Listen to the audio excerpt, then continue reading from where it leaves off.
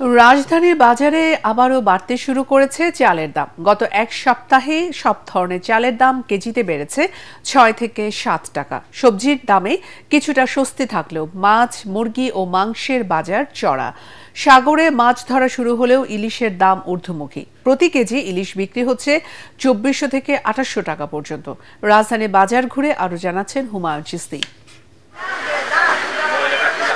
নতুন চাল আসায় কয়েকদিন আগে চালের দাম কেজিতে ২-১ টাকা কমলেও রাজধানীতে আবারও বাড়তি চালের বাজার। গত এক সপ্তাহে সব রকমের চালের ৫০ কেজি বস্তায় দাম বেড়েছে ৩০০ থেকে ৩৫০ টাকা। দোকানিরা বলছেন মিল মালিকরা সিন্ডিকেট করে দাম বাড়াচ্ছে। ১ কেজি চাইলে মনে করেন ৬০ টাকা বাড়ছে, আজকে দাম চাই ৭৭ টাকা মিনি কেজি। নিম্ন মধ্যবিত্ত যারা এই শ্রেণীর যারা আছে তারাই সাফার। আমরা যখন যেই দাম কয় সেই দামে আনতে হয়। মিলে যায় যদি চাপ দেন তাহলে হয়তো বা একটা কিছু হইতে পারে। এদিকে ঈদের ছুটি শেষ হলেও সাপ্তাহিক ছুটির দিনে চিরচেনা ভিড় নেই রাজধানীর বাজারগুলোতে। সরবরাহ ভালো থাকায় সবজির দামে কিছুটা স্বস্তি রয়েছে। বেগুন, পটল, পেঁপে, ঢেঁড়স বিক্রি হচ্ছে ৪০ থেকে ৬০ টাকা কেজি। সবজি বাজারে বেশি, সেজন্য একটু রিজনেবল প্রাইসে পাওয়া যাচ্ছে। ঈদের পর থেকে মাছের বাজারে যেন আগুন লেগেছে। রূপালী ইলিশ খাবারের পাতে তোলার কোনো উপায় নেই সাধারণ মানুষের।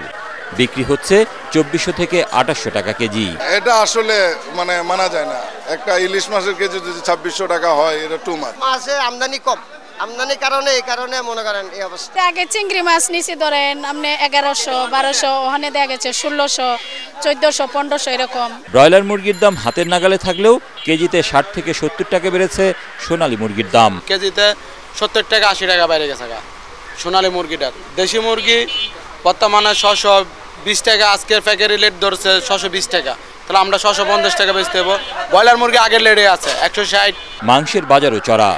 গরুর মাংস ৮০০ আর খাসির মাংস বিক্রি হচ্ছে ১২০০ টাকা কেজি। তবে ডিমের দাম ডজনে ১০ টাকা কমে বিক্রি হচ্ছে ১২০ টাকায়। হুমায়ুন চিস্তি, এটিএন বাংলা, ঢাকা।